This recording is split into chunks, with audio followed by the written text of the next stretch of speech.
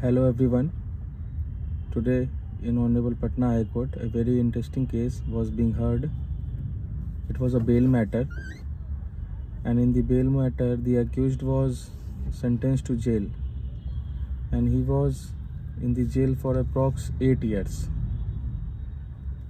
And the accused has applied for the bail. While arguing, the learned counsel has said that my lord, there is no as such direct evidence, there is only circumstantial evidence. So the learned court had asked the APP that what do you have to say. The APP has said that the chain of circumstances are missing, the chain of evidences are missing, and the lower court has, or the subordinate court has decided the case on the basis of circumstantial evidence only. So today we'll be discussing what is circumstantial evidence and direct evidence. When we talk about direct evidence, when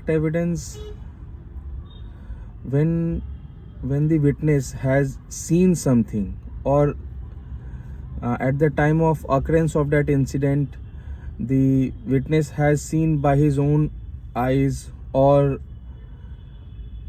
he has heard it also.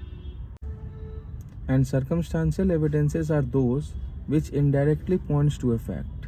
जैसे मान लीजिए, अब हम इसको elaborately समझेंगे, जैसे मान लीजिए किसी ने रॉबरी की, अब उसने शॉप में रॉबरी की, अब वो रॉबरी करके जब शॉप से बाहर निकल रहा है, तो किसी विटनेस ने अगर उसे रॉबरी करते हुए देखा है, उसको देखा है कि वो रॉबरी कर रहा था, उसने शॉप को लूटा, और उसके बाद वो सारे जितने भी ज्वेलरी और जो भी जिस भी शॉप में किया, तो उसने फिर वो लूट के निकला, तो वो हो गया direct evidence, that he saw from his own eyes. या फिर वो जब शॉप में चोरी हो रही थी तो वो वहाँ कोने में खड़ा था, उसने सुना, तो वो हो गया डायरेक्ट एविडेंस।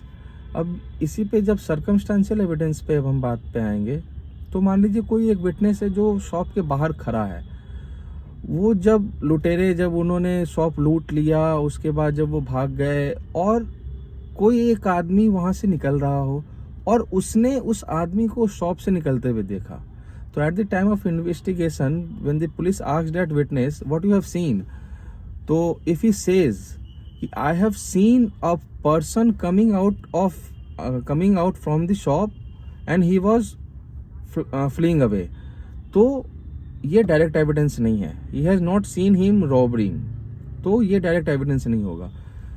अब ये सर्कमस्टेंशियल एविडेंसेस में आ जाएगा। और तो इसी पे हमारे ऑनरेबल कोर्ट ने कहा कि on the basis of only circumstantial evidences the accused has already passed his 8 years of his life in the jail.